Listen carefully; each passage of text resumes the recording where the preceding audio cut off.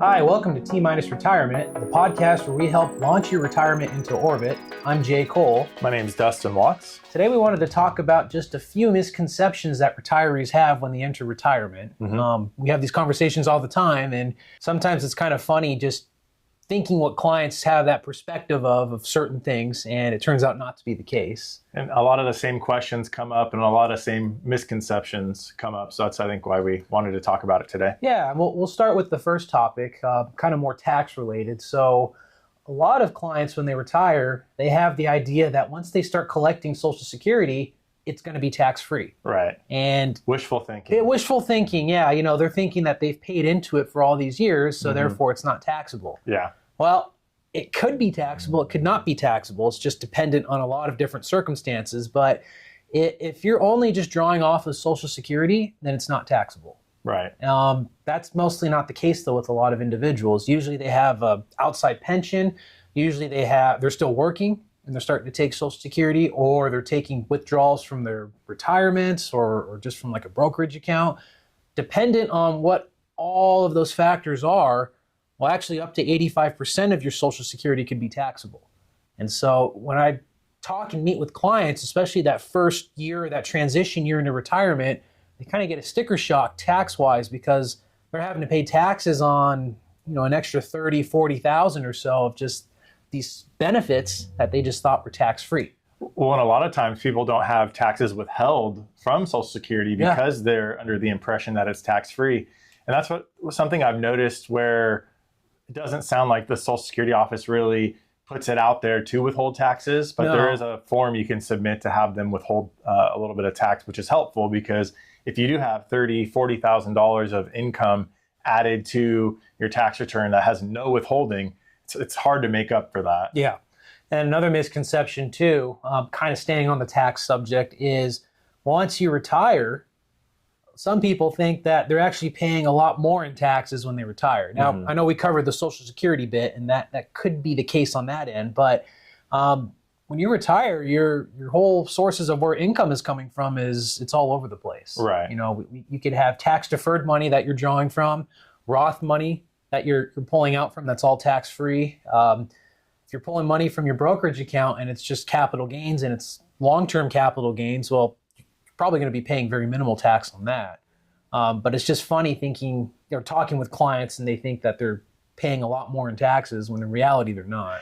Most of the time, I would think you would say that taxes go down in retirement. There are some occasions where maybe they go up if you have huge required distributions. But I think the biggest benefit that retirees have is that you have the flexibility if you've built these different buckets, asset buckets to pull from. You have the flexibility to kind of back into a tax bracket, so to speak. Yeah, and a lot of states, and I'm saying a lot because not all of them, but a lot of states don't even tax Social Security at all. Okay. So I know here in California, they don't tax it. And we've actually met a lot of clients where when they retire, they pay pretty much zero state taxes for the rest of their lives.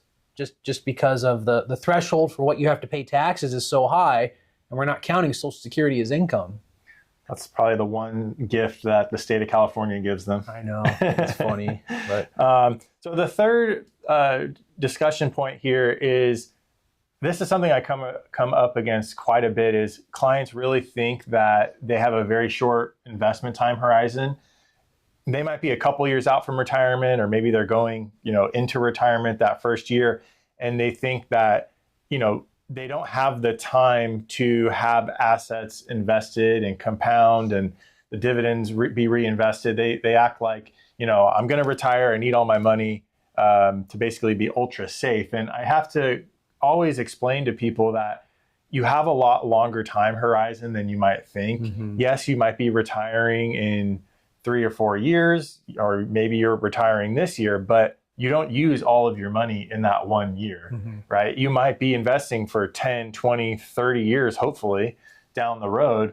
That money needs to have some type of compounding effect and growth over that period to help outpace inflation, to help pay for the expenses that you're going to have.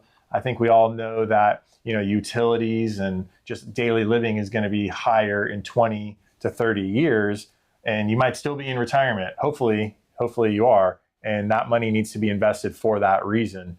Now, you might take some of that money, and maybe it's on a shorter term basis. It's for those living expenses that you're coming up against, but realistically, you still need to position a portfolio for a little bit longer than people may think. And I think that's always a surprise for people. And once we kind of talk that through, it makes sense. I jokingly tell people, you don't cash out your whole 401k the day that you retire. You might roll it over into an IRA. You might even reduce your risk tolerance, but you still need to have a relatively long time horizon that this money is going to stay invested for you to outpace inflation and reach your goals. Yeah. Things that cost what they cost today 20 years ago, it's completely different. Yeah, and that's one thing we know for sure is that it will cost more in the future. Yeah, exactly. Well, we wanted to touch on one more misconception too, and that's for those that retire and they have just a big, massive bucket list. And usually they want to travel the world. They want to play golf every day, or heck, even travel the world while playing golf.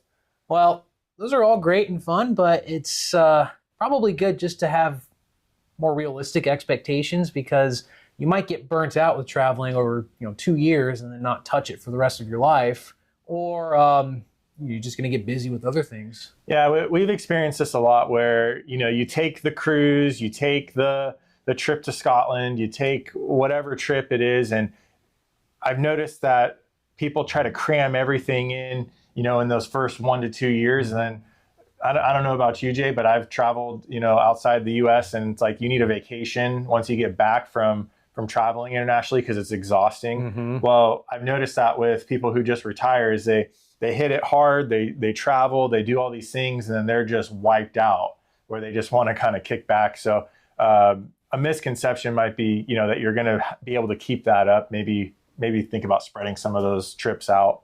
It would be our advice. Yeah, just to be flexible with yourself on that. Yeah, definitely. Yeah. Well, we hope you enjoy the content. If you like it, please like and subscribe to our podcast, and we'll look forward to seeing you in the next one. Take care.